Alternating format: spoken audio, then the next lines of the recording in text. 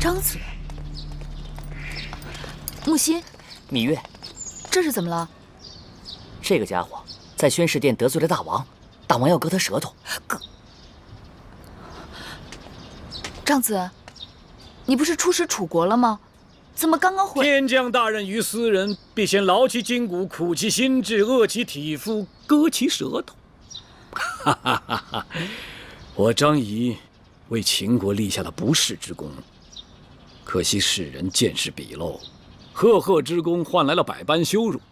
你将秦国600里土地献于楚国，大王割你的舌头已经是便宜你了。600里，张子，此事可当真？当真又如何？600里不过是个数字，我用我的600里换来了秦国和楚国结盟，明明是占了大便宜，糊涂人永远都算不清楚这笔账。你的600里，自然是我的600里。哦，我知道你的600里。那既然如此，你为何不向大王讲明呢？我为何要向大王讲明啊？大王若是圣明，自然知道我张仪就是掉了脑袋也不会把秦国的土地轻易交给楚国。大王若是糊涂，多说又有何用？你这是拿性命在赌气。明君贤臣，心有灵犀，尽在不言之间。不和你这疯子辩了。木心，这是天大的误会，千万在这里等一等我，啊，等等我。月公主，月公主，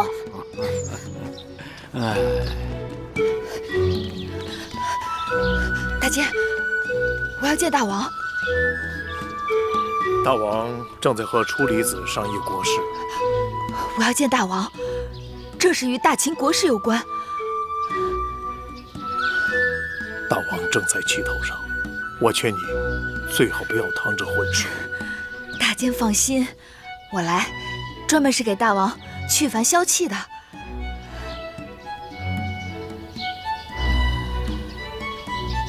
好，请吧。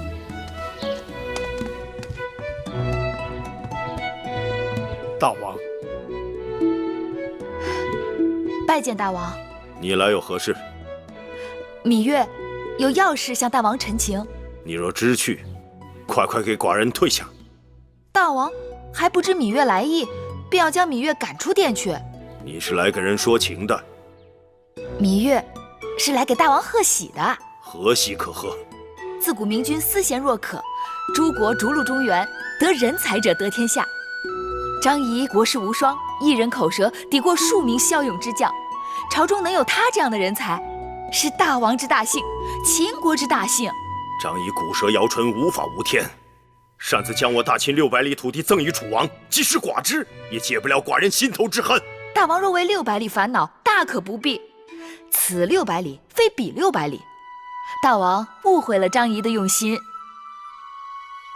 什么此600里非彼600里？寡人不知道你在说什么。今年开春前，大王好像赏过张仪一块封地。不错。大王可还记得那块封地有多大？有多大？臣记得大概是3、5里吧。整整6里。大王大约也不记得那块封地在何处了。那地就在商於。张仪感激大王恩赐，给他取了个地名叫600。这次出使楚国，张仪用自己这600，骨舌摇唇说成600里，诱惑楚王弃其连秦。大王看，这张仪是该赏还是该罚？6里啊？600，6里。那楚王若是知道实情，肯定气得发疯了。寡人不怕他发疯，就是怕他不发疯。他一发疯就会乱来，他一乱来，就会死得更惨。这张仪太过桀骜不驯，他为何不早早说出实情呢？居然给寡人打哑谜，害得寡人气血冲头。寡人定要罚他。那大王打算如何罚他？还要取他的舌头解恨吗？木坚，在，快给寡人传话，放了张仪，好生安抚。是。寡人过后要重重的赏他。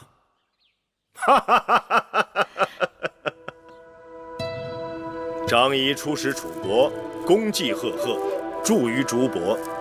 寡人赐张仪月俸100斗，10亿千户。谢大王恩典。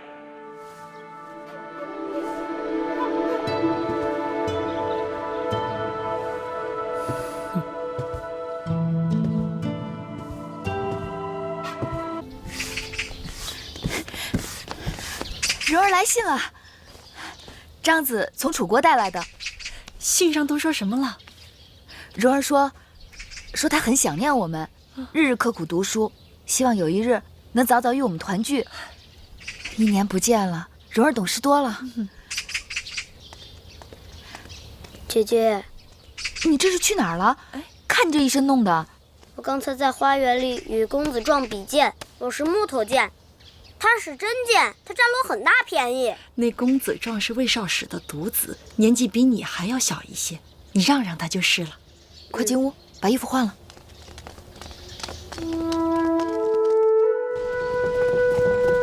我们离秦国越来越远了吧？可不是，再过半日啊，就到了齐国的地界了。公子还想回到秦国？我不知道，就是觉得我在那里还有未了之事。没关系，我们还会回到秦国的。驾！张子使计离间了齐楚之盟，楚王发现自己上当，恼羞成怒，已发兵10万，直奔武关。众爱卿，对此事有何意见？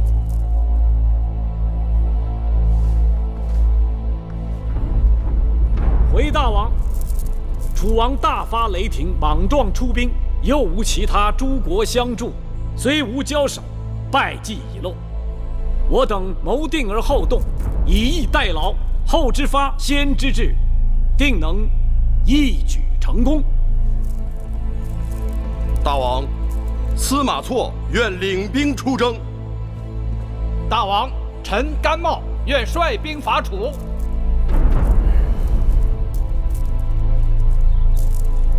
大良造，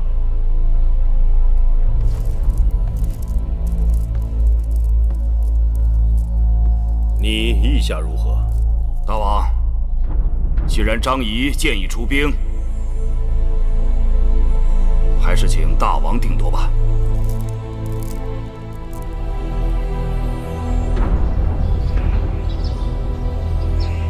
大王，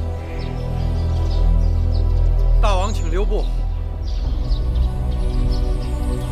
大王，臣有话要说。说吧。臣猜测，这次出兵，大王本来属意大良造。寡人不是非他不可，而是想借势化解恩怨。可惜公孙衍却故作姿态，与寡人较量。大王不必为难。如今我大秦众志成城，臣愿意亲自领兵出征。你也不用亲自出马。寡人打算安排司马错为帅，去对付楚军。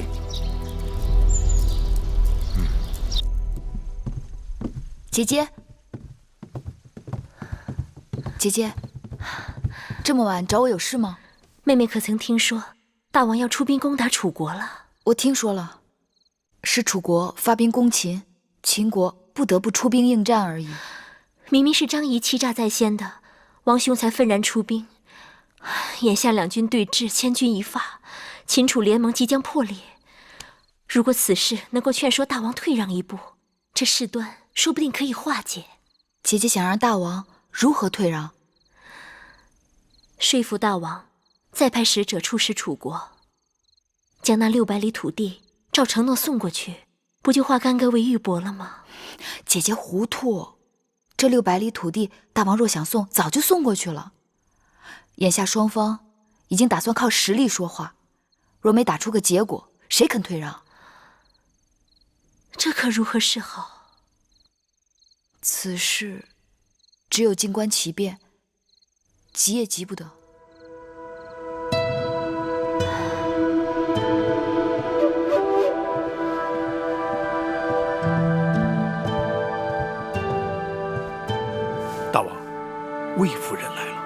他来何事？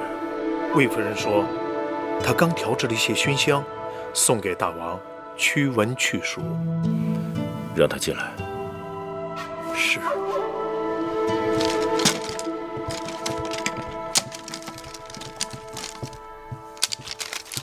大王，听说你又制香了。论调制熏香，宫里恐怕还真的没人比得上你。坐吧。大王谬赞，这几日秋老虎厉害得很。臣妾新调制的这种香，驱虫醒脑，有奇效。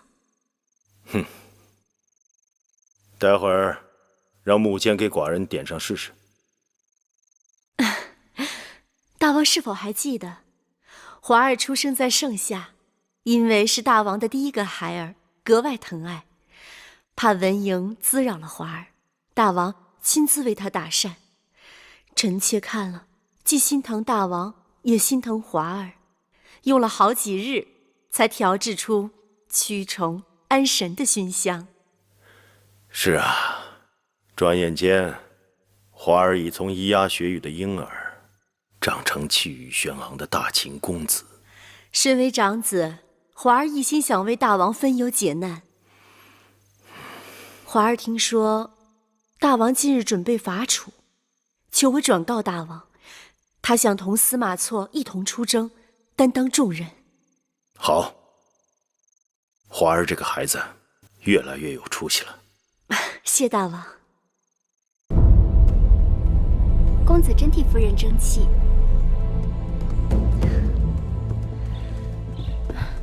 姐姐为何心情如此之好啊？妹妹来了。今日早朝，大王当着众人夸赞华儿勇冠三军，是降龙伏虎之人才。恭喜姐姐！华儿本来人才出众，这次得胜而归，他在大王心中的地位必然更不一般了。张仪以6里假设600里，骗楚王上当，楚国发兵讨伐，却又丢了汉中，这可真是个天大的笑话。可不是嘛？你听说了吗？今日大王在朝堂上还新设了官位。有这事儿？封张仪为相邦，封司马错为少上造大将军。相邦？相邦这个官位可是秦国从来都没有的呀，难道大王为了重用张仪，因人设事？这连你都能看得出来呀。公孙衍原为大良造，集军政大权于一身，而如今权力3分，国政归张仪，军政归司马错，大良造的权力算是被架空了。如今公孙衍告病在家，不问朝政，大王对他也是越来越冷了。姐姐，大良造与我们同气连枝，他失势，那岂不就是你我失势吗？是啊，这也是眼下我最担心的事。大王政务繁忙，小臣只是偶然小恙，还有劳大王亲自登门探望，令微臣心中惶恐。爱卿是寡人肱骨之臣，爱卿久病不愈，大秦朝堂上不见大良造之踪影，实在让寡人食无味，切勿免。大王言过其实了，我公孙衍如今在朝中，早已是无足轻重之人。啊，微臣刚刚听说丹阳大捷，还没来得及向大王贺喜。丹阳大捷，乃秦国君臣一心的结果。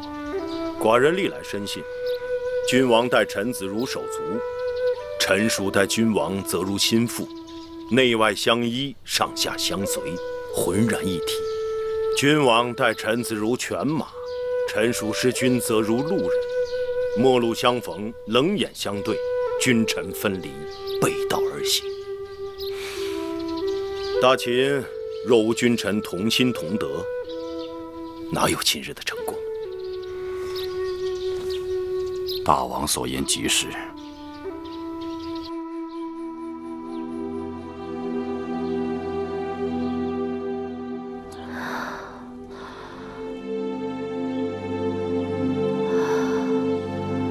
上一次送来家书，王兄和母后的身体尚好，怎么才几个月就……都是张仪那小人害的，他卑鄙无耻，害我楚国，害我大王。说起来，还不是因为当年和氏璧失道，他在楚国曾经受辱，从此便对我楚国恨之入骨。大王在得知丹阳战败的消息后，便口吐鲜血，至今都卧床不起啊。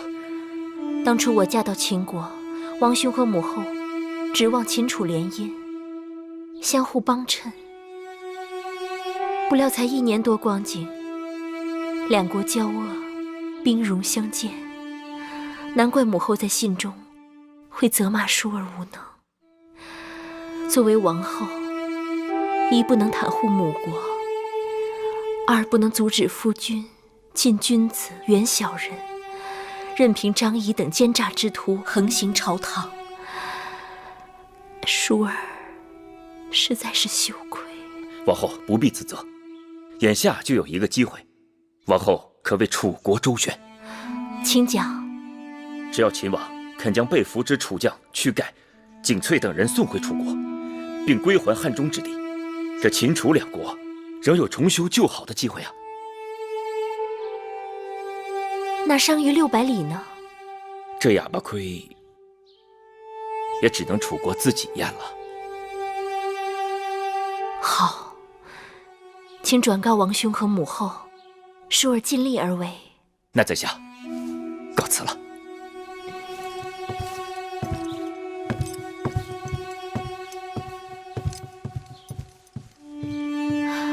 玳瑁姑姑，快给我梳妆，我要去见大王。王后现在就去，是否匆忙？我不能眼睁睁地看着秦楚交恶，不然有朝一日我们会在秦国都抬不起头的。大王对王后宠爱有加，王后慢慢劝说，说不定大王会回心转意，跟楚国重交旧好。王后，魏夫人和魏少使求见。他们来做什么？黄鼠狼给鸡拜年，他们这会儿来定没安好心。那我告诉他们您身体不舒服。等等，还是见见吧。让他们进来。是。姑姑收好。好。臣妾给王后请安了。难得两位姐姐来我这里，快赐座。是。王后怀着身孕，不必为我们忙碌。我们是去看唐夫人，正巧路过交房店，又因前一阵子臣妾得了一些上好的枣花蜜，想这东西安神最好，特地给王后带来。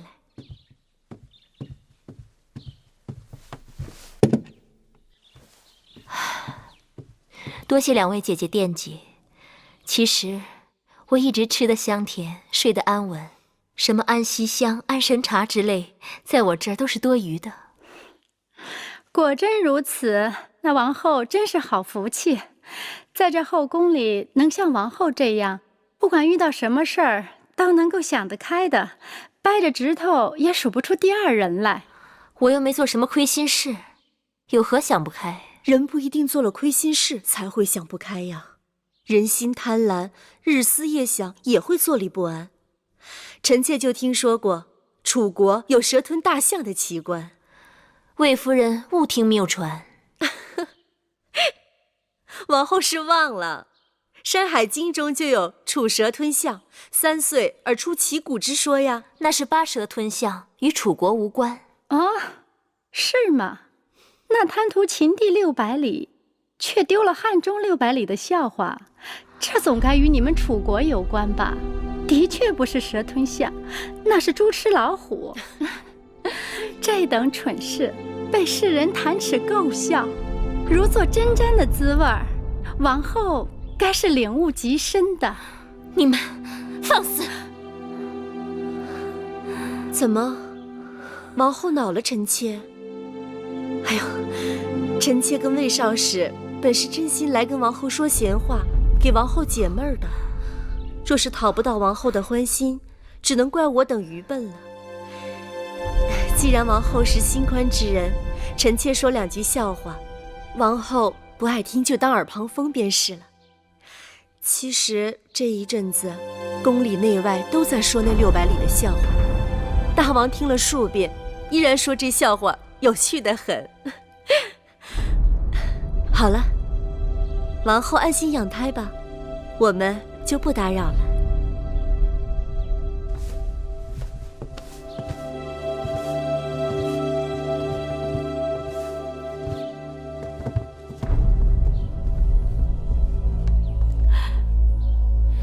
珍珠，把这坛子扔出去！什么造化蜜，明明是害人的毒药！是。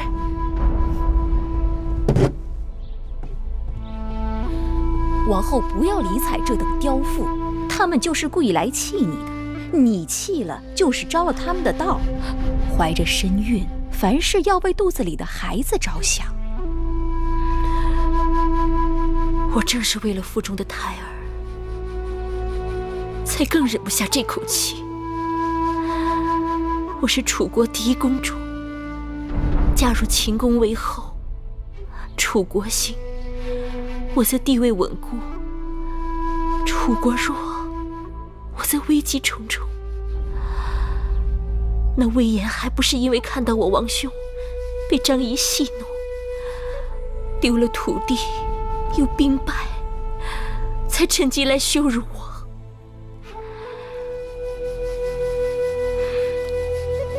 如若秦楚真的交恶，我这腹中的孩子也会受到牵连，前途堪忧。玳瑁姑姑，你去把芈月找来。我现在分寸全乱，我想要她给我出点主意。王后也太相信芈月了吧？世人皆知，芈月与那张仪往来甚密。害苦了我们楚国的，就是张仪那小人。我不信芈月会眼看着母国衰败，那可说不准。玳瑁姑姑，给我梳妆，我要去见大王。此刻就去吗？此刻就去。一定要去吗？一定要去。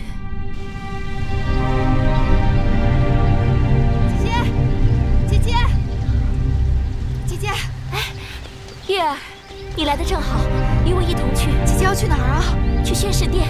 姐姐，去不得。为何？姐姐刚见了楚国使臣，就要去宣誓殿。那姐姐是以秦国王后的身份，还是以楚国公主的身份去见大王？自然是秦国王后的身份啊。那姐姐就要去恭贺大王，秦军丹阳大捷，获取汉中。你昏了头了？不是芈月昏头。是姐姐一时气血冲头，打算做绝不可做之事。我虽是秦国王后，但也是出身楚国的嫡公主。两国交恶，母国受到伤害，芈叔更该挺身而出，义不容辞。姐姐诧异，两国相争，姐姐若想说和，就该有适宜的说和之词。若只是一味的偏袒母国一边，会让人以为姐姐嘴上说自己是秦国王后，可行事却还是楚国公主。姐姐是后宫女子。嫁夫随夫，不该贸然干政。大王是我夫君，这事也是我家事。你若怕事，就不要去了。姐姐火急火燎，即便劝谏，也切不可情急。姐姐，姐姐，这次秦军占领了汉中，拔掉了楚国往日插在秦楚之间的楔子。将关中、汉中连成一片，对周边6国形成了居高临下的压迫态势。长子，你立下头功，寡人敬你一杯。谢大王。大王宏图再胸，张仪乃是局中一走卒罢了。敬长子。敬长子。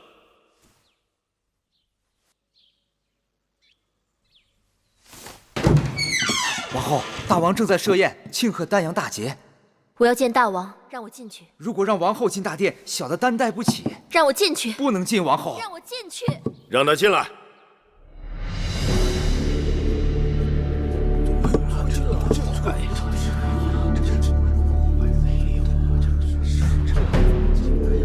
臣妾参见大王。王后本该在交房殿安心养胎，贸然来此有何事？臣妾有要紧的话说给大王听。秦楚两国相邻，唇齿相依，双方兵刃相见，实在令人痛惜。眼下战事早已结束，王后用不着为此焦虑。既然战事已罢，难道大王就不想与楚国重修旧好？如何重修旧好？抚慰并释放俘虏的楚军兵将，归还楚国汉中之地。唉，王后爱乡心切，希望两国交好，就不该让秦国割肉去补楚国的脓疮。秦楚两国交战，楚国出兵在先。如果这次赢家是楚国，难道楚国还会释放我秦军之将领，归还我秦国之土地吗？秦楚交恶都是因为你张仪行事不端，你怎有颜面立于朝堂之上，还说三道四？这里是秦国的朝堂，我张仪拿的是秦国的俸禄，我上对得起秦王，下对得起秦国的庶民，为何没有颜面呢？列强纷争，楚国乃强国之首，我张仪不去谋划那些小国，偏偏针对兵强国富的楚国，还不是因为楚国形势不堪，自取其辱？你张仪行骗，竟责怪我们楚国的不是。哎，楚国国君贪婪，与我秦国联姻，是为了贪图我大秦商於之地600里，数次讨要不成，企图联合齐国出兵伐秦。难道我秦国不该奋起反击吗？为王者厚德载道，臣妾恳求大王清除朝廷奸佞。寡人用人以德为本，满朝文武以忠为纲，何来的奸佞？世人皆知那张仪乃是反复无常的奸佞小人，秦国以他为相，定让列国笑话我秦国小人当道。大胆！我大秦建国数百年，从不允许妇人干政。你不识大体，强闯大殿，辱骂重臣，顶撞寡人，哪里配得上一国之母的身份？大王，臣妾苦口婆心，良言相劝，只求大王清除枉昧，以正纲常。闭嘴！王后已经神志不清，来人，在，即刻送王后回宫，面壁思过。大王，王后身子重，大王，臣妾还有话，奴婢送您回宫。大王，大王，臣妾还有话还没说完呢。王后，大王，王后，快叫太医！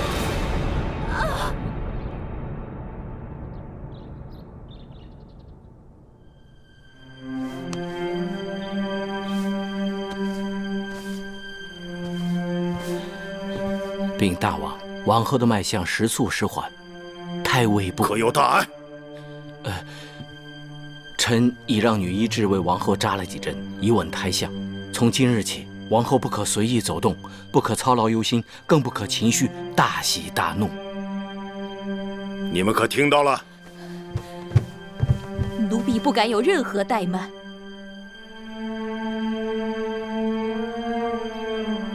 既然王后养胎，不可操劳忧心，这后宫事务还是重新交还给魏夫人，让唐夫人协助着办理。是。王后需要静养，从今日起，后宫嫔妃们来向王后请安，只在门外，不得入内。王后没有寡人之令，不得离开交房殿，大门给我关好，免得闲人打扰王后。大王，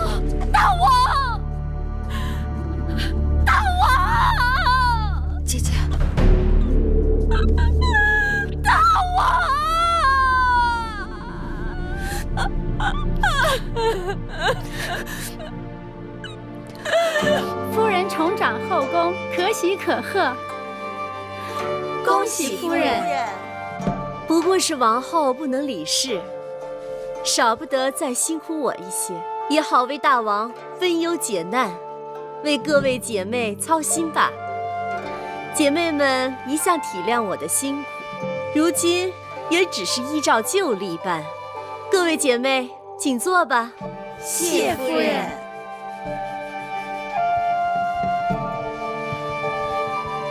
上茶。姐姐，这是我给你备的贺礼，恭喜姐姐。虽说王后不能立誓，但是王后的应签孟昭氏已经侍寝，按理说，这后宫设宴应该请她一起。姐姐说的有理，他们来不来是他们的面子，我们请不请是我们的本分，免得让人家以为我们这边分帮分派似的。我给魏夫人说了，可她说处女休想再翻身了。王后身边那几个应女被扫地出宫，那是迟早的事。不到最后尘埃落定，一切预言都为时过早。恭贺夫人重掌后宫。恭喜夫人。还不快把门关上！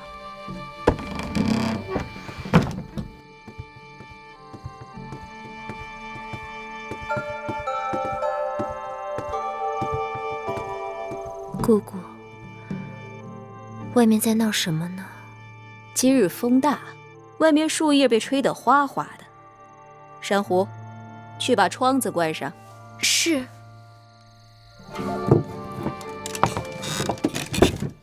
王后，时候不早了，早点歇息吧。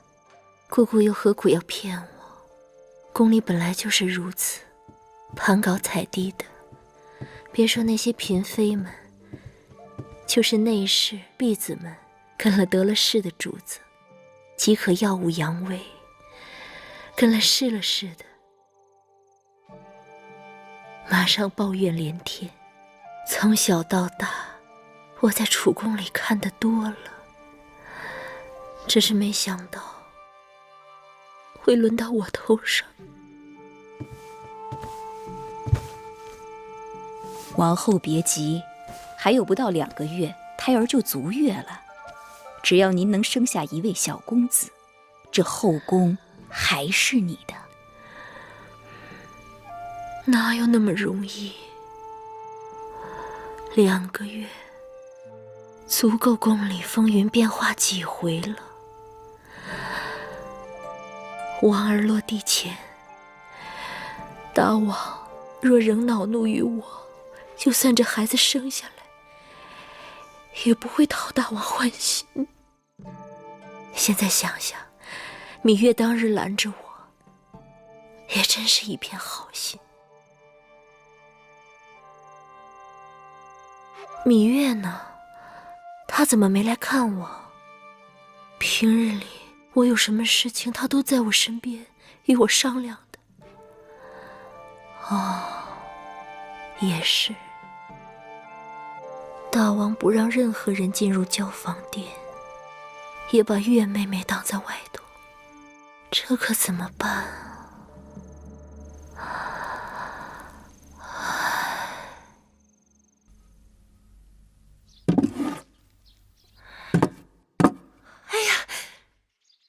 戴瑁姑姑，这是王后赏给你的。这不年不节的，王后何以赏我？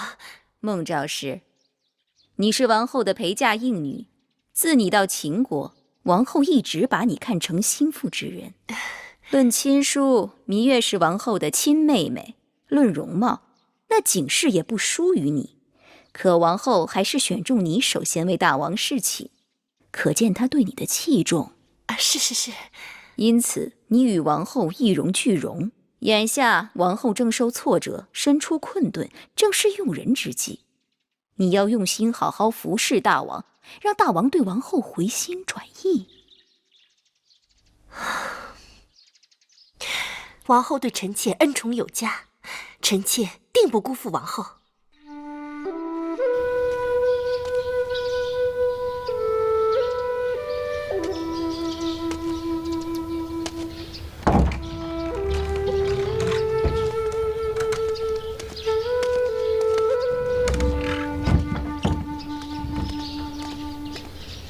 大王，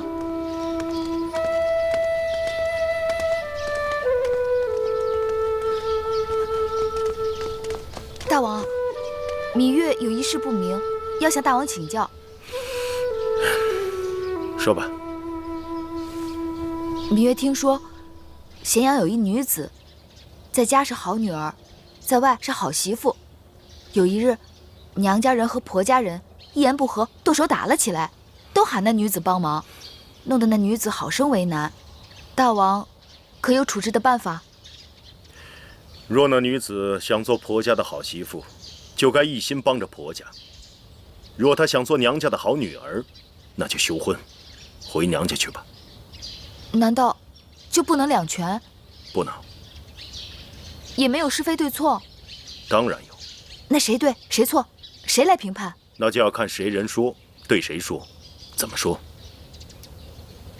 哦，我明白了。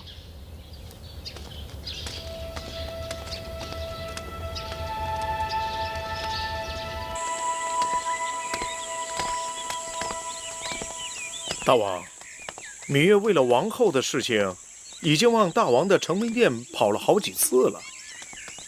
那小丫头倔强，但对王后倒是忠心耿耿。既然如此，不知为何王后安排身边的应女侍妾，却从来没有芈月。谁都能看得出，芈月的心思不在这里。回去替寡人传旨，把楚国那些被俘的将领们都放回去吧。是。哎，你这是把寡人往哪里带的？大王要去哪儿啊？是你把我带到这里来的。大王日日忙于公务，难得到园子里转一转。前一阵儿啊，这儿的菊花开的是要多好有多好啊，眼下呀都快开败了。拜见大王。免礼。你们在做何事？今日是吉日，臣妾特地沐浴更衣焚香，前来采集花草，以供奉在臣妾房中神龛面前，替大王和王后祈福。为寡人和王后？是。都祈了什么福啊？大王英勇神武，威冠群雄。王后贤良淑德，风华绝代。臣妾想祈求上苍的神灵，保佑秦国风调雨顺，保佑大王和王后恩爱和睦，更要保佑大王即将出生的嫡子康泰平安。只是祭祀祈福要有虔诚之心，你这花红柳绿，只怕诸神会怪罪。你还是洗净脂粉，重新沐浴更衣，再做吧。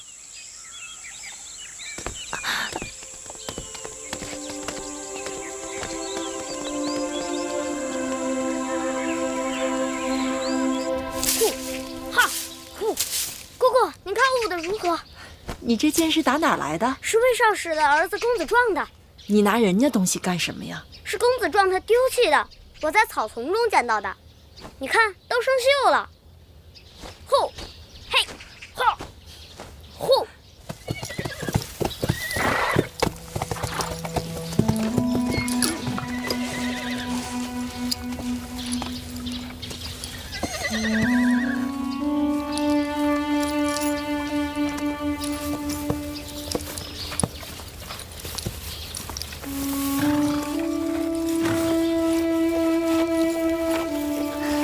好久不见主人，思念得很呐。他是思念草原的风声，旷野的辽阔，想让我带他出去。你不会真的想要离开这儿吧？我一直打算，只要找到幕后真凶，报了仇就走。可直到今日，一事无成。眼下舒姐姐又有磨难，我自然更是走不了。所以你郁闷得很，就来找他了。你说我该怎么办？事事都毫无头绪。你有难处，何不去求我父王开恩帮忙？世上可以欠钱，但不可以欠人情。大王若是开恩，我两手空空，无以回报。你是王后的陪嫁，你可以侍寝呢。父王可以给你名分，为你遮风挡雨。你知道我心里有人，虽然他已经不在了，可他一直在我心里。树上的叶子已经开始发黄了。孟昭是这个无用的东西，奴婢花了那么多钱疏通，他好不容易见了大王，竟然几句话就被大王打发了。这事怪不得他，大王本来就对他淡淡的。大王的心思太难猜，难也不难。大王看重心思聪颖，胜过脸蛋俊俏。后宫中像芈月那样的女子，凤毛麟角。只可惜芈月不肯，不然大王那边……王后诧异，幸亏芈月不肯。王后想想，要是芈月肯了，王后会真的高兴吗？我有什么高不高兴？肚子里怀着大王的嫡子，却被禁足在此，见大王一面都成了奢望。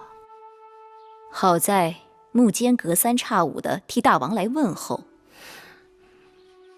那只是例行公事。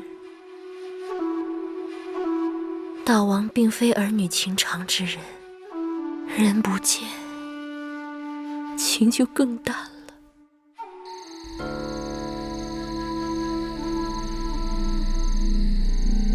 示威示威，胡不归呀？谈何容易！相位在那边等待先生已久，魏王已经在边境调派人马，随时准备迎候先生入魏。先生还在犹豫什么呢？我和秦王虽然意见相左，但我仍然是秦国的大良造，怎可轻言离去？不求封百里侯，但求展平生愿。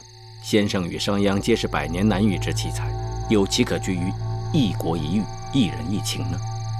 纵观列国数百年风云，有几个国君真的能够以国相托？其有管仲，但管仲之后再无管仲。秦得了一个商君，不会再有第二个商君了。大丈夫伸展才能，改天换地。先生与其在秦国与秦王论短长，莫如回魏国，与秦国争短长。你回魏国，替我转告魏王，多给我一些时日，容我筹划。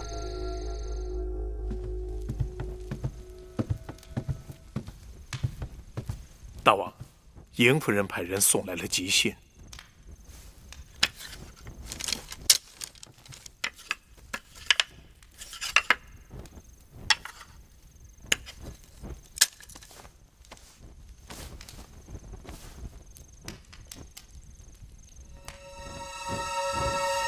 明日，寡人要去北郊行宫，你就不用跟着去了。是，大王。还有，去告诉魏夫人，寡人会在邢夫人那边住上几日，后宫之事就交给他吧。是，大王。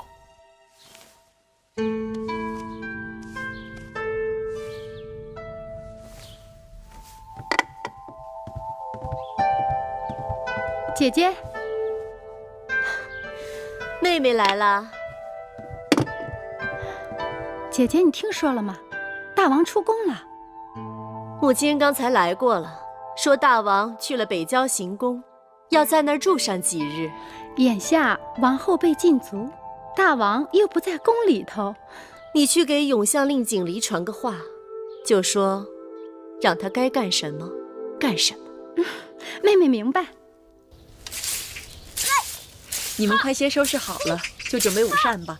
再有多半个时辰，芈月就该回来了。好。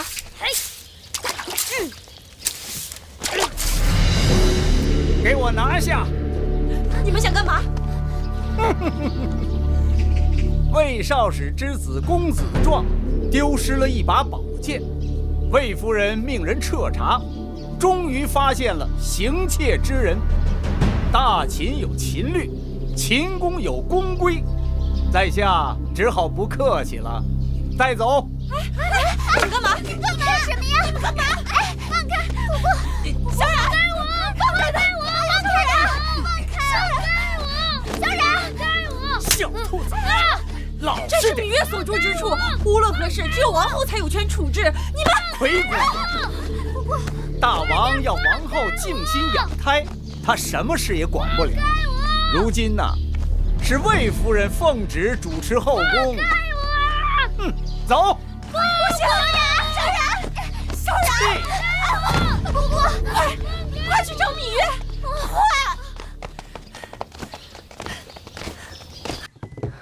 姐姐，大王，你来得好快呀！这是大事。昨晚寡人收到姐姐的书信，立刻决定要来。哦，大王，你看这个。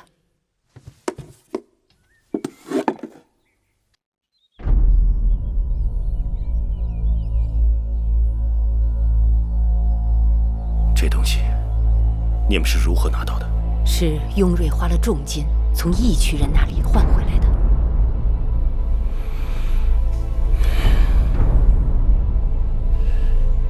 寡人一直希望这不是真的。另外，我这里还有一份从魏国来的密报。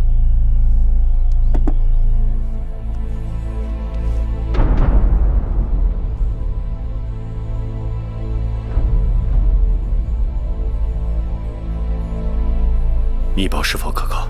那报信人是当年我在魏国宫中的莫逆之交，绝无虚言。既然魏王用尽心机，一心要将大良造公孙衍收入囊中，寡人就不得不有所提防。来，大王，请上座。放开我！放开我！放开我！放开我！小冉，你不能进，你不能进呐！小冉，姐姐，放他进来。小冉，姐姐来了，不怕。永相良为何恐我弟弟？奉魏夫人之命。魏夫人？魏夫人为何抓个孩子？你弟弟偷了公子壮的宝剑，按照秦律要砍去双手。那宝剑不是我偷的，是我捡的。更何况你芈月也是读过书的人，岂不知礼法有云？男女7岁不同席，即便如此，此处是后宫，除了大王和各宫公子之外，不可以有其他男子，除非处过宫刑。小冉捡了公子壮丢弃的宝剑，就算有错，也绝非偷盗。至于后宫无外男，小冉是我弟弟，如今也不过是个10多岁的孩子，何况此事我已经得到王后的允许。王后许可是私情，我行的却是秦法宫规。后宫不容外男，若是偶然闯入，或可逐出了事；若是奉诏而入，也不可过夜。你这个弟弟在宫中居住已非一日，为避人口舌，只能宫刑。不准碰我弟弟！不准碰我弟弟！放开我！姐姐救我！姐姐，别碰我弟弟！你敢动我，死你全家！放开我！你动我！哟，气性还真大，可惜呀，景离孤身一人，吃饱了全家不饿。你找我来好了。别放我！别放我！你我无冤无仇，何至于此？我奉命行事，只是魏夫人有话，一定要等你来了才能动手。现在啊，时辰正好。姐姐救我！这样水嫩的小童，只要一刀的功夫，就成全他了。别碰我弟弟！放开他！我求你了！你要什么我都答应你，不要碰我弟弟。我可什么都不要，只是魏夫人要什么，我就不清楚了。好，我懂了，我去找魏夫人。芈月是聪明人，早这么做，省了多少周折。姐姐，我好怕。小冉，别怕，姐姐一定想办法救你，别怕啊！等我，一定等我回来。姐姐一定要来救我！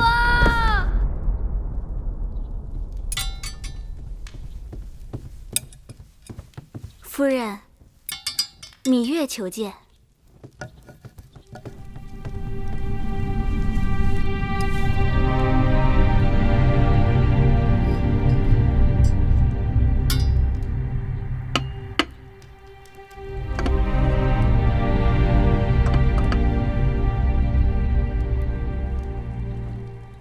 芈月来了。我在焚香，如此雅事，只能心静，千万急不得，只好怠慢了。心思恶臭的人，再焚香也无济于事。有人死到临头，还敢嘴硬啊？你要害我，就冲我来，不要害我弟弟。谁敢害你呀？你可是当今王后的妹妹。至于那个违反宫规的小童，大王委我主持后宫之重任，不好因为你是王后的妹妹，我就徇私舞弊，只好按照规矩办了，对吗？魏夫人用不着兜圈子，你说吧，究竟要如何，你才能放了我弟弟？妹妹这话可就说差了，我向来都是与人为善，成人之美的。我看你在王后身边日日委曲求全，也并未得到什么好处。妹妹如此启年月貌，若是只以幼女身份终老秦宫，实在是太可惜了。先王后陪嫁中有一小臣之子叫魏成，20有余，与芈月年貌相当。我意欲为你们做个媒，这对玉姬为聘，如何？你要我离开这里？不是离开，是风风光光的嫁出去。只有这样，你才会放了我弟弟。2日之内，我会安排你出宫成亲。你与他成婚后，就离开咸阳，随他去大梁吧。你那弟弟姓魏，说不定我们还是同族呢。我会为他在大梁安排一个出身，如何？只可惜我是王后的人，不能由你左右。眼下王后自顾不暇，哪里还护得了你呀？更何况你是心甘情愿的，她不能为了一己私欲，就耽误了你的美好姻缘。你如何才能叫我心甘情愿？这难也不难。王后眼下被禁足，是再好不过的了。你乖乖地按着这上面的话抄写一封书信，就说你和魏成两情相悦，要和他白头到老，共度终生。辛苦你回去就这么做。明日我派人拿着这封书信去跟王后提亲。魏夫人筹划的好周全。为了成全你们，总是要滴水不漏的嘛。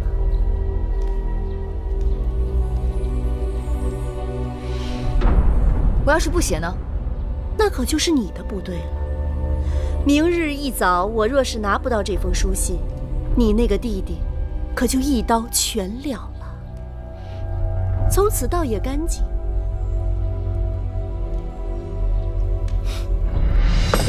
开门！开门！开门！快去禀报王后，说我有要事，必须马上见她。稍等。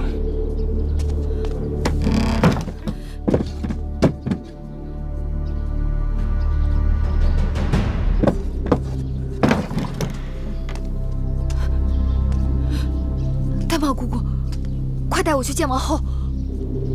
你是故意为止，还是昏了头了？大王有令，外人一律不准进入交房殿。那麻烦姑姑把王后请到门前。你安的什么？你安的什么心呢？王后心情愁苦，日夜难眠。今日好不容易能睡个午觉，你又来打搅。你有己无人，根本不顾王后有孕在身，又被禁足的辛苦跟烦恼。魏夫人让永相令捆了小冉，说小冉违反宫规，要施宫刑。魏夫人眼下主持后宫，要杀要罚，谁能拦得住啊？何况秦宫有秦宫的王法，那魏冉被罚，该是事出有因。且不说王后正受挫折，大门都出不去，就算她还能说得上话，因为你们俩姐妹的关系而袒护你，定会被人诟病，还是回避为好。魏夫人捆小冉，是醉翁之意不在酒，她是要把我赶出宫去。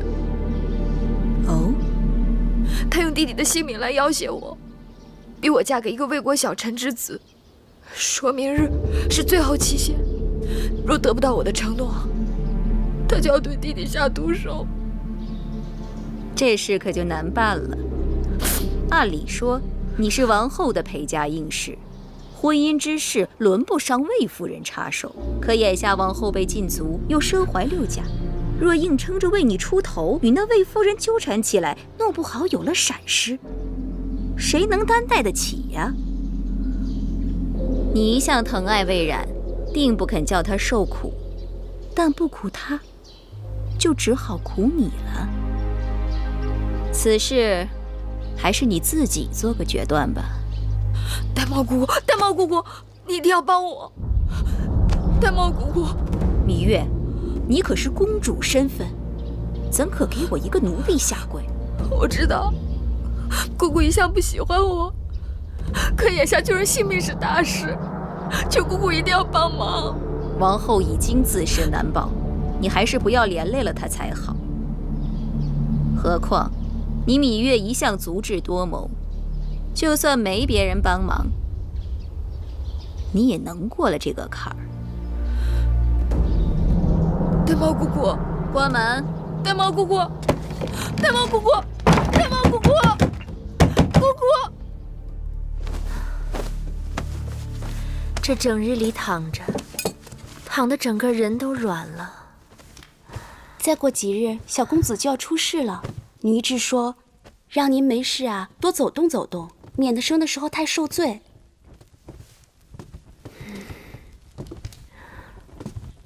戴帽姑姑呢？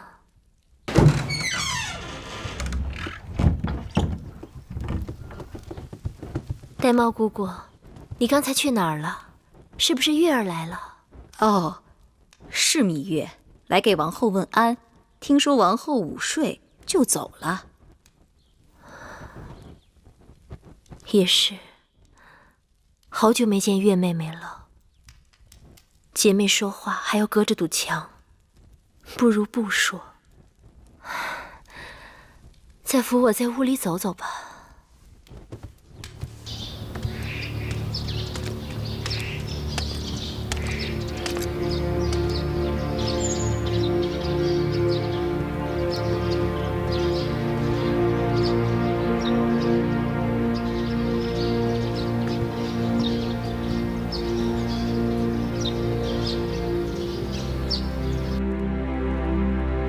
芈月只是一个小小的陪嫁应妾，母亲竟然用这种手段将他逼出宫去。他虽然是一只小泥鳅，却总在这后宫掀起大风浪。王后欺辱母亲，也是倚仗于他。除了他，这后宫会敞亮许多。听说，王后已被禁足在交房殿，大权重回母亲手中。那芈月再想作怪，又能将母亲如何？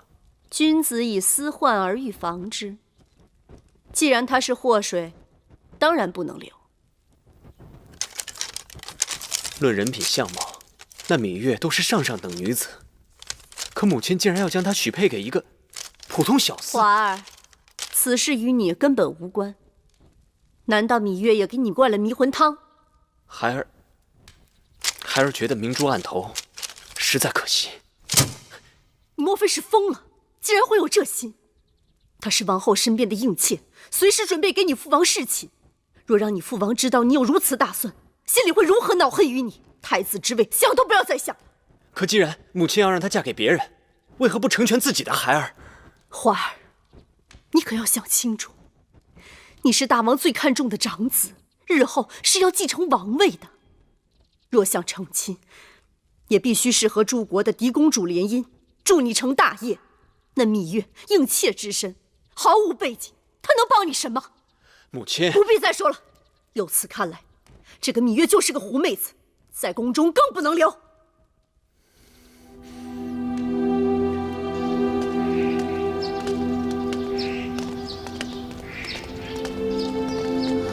芈月，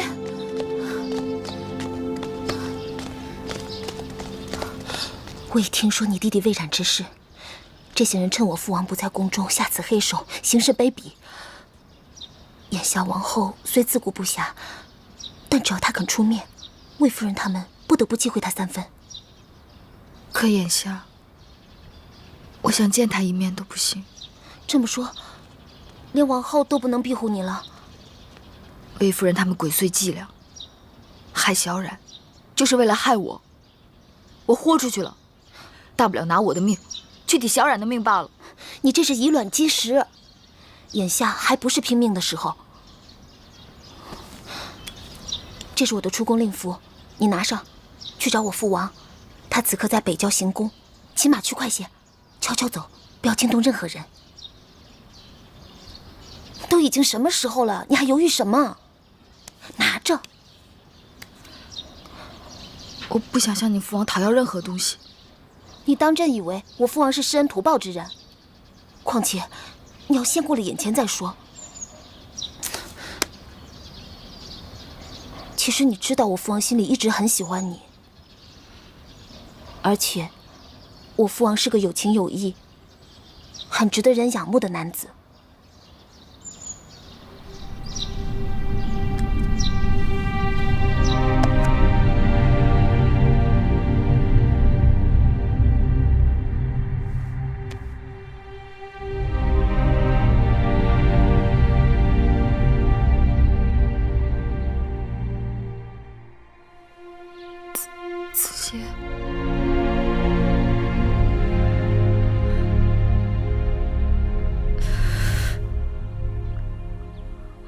子歇，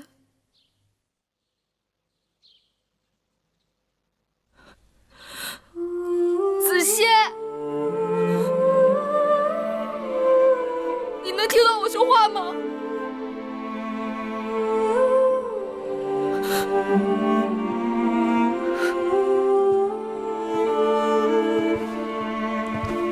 月儿。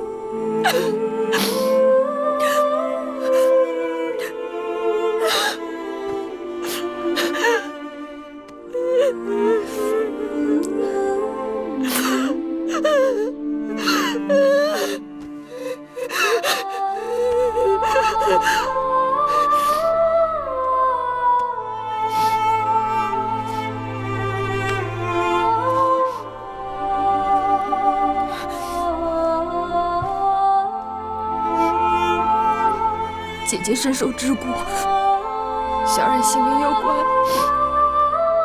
我要去救小冉，去救姐姐，子歇会等我的。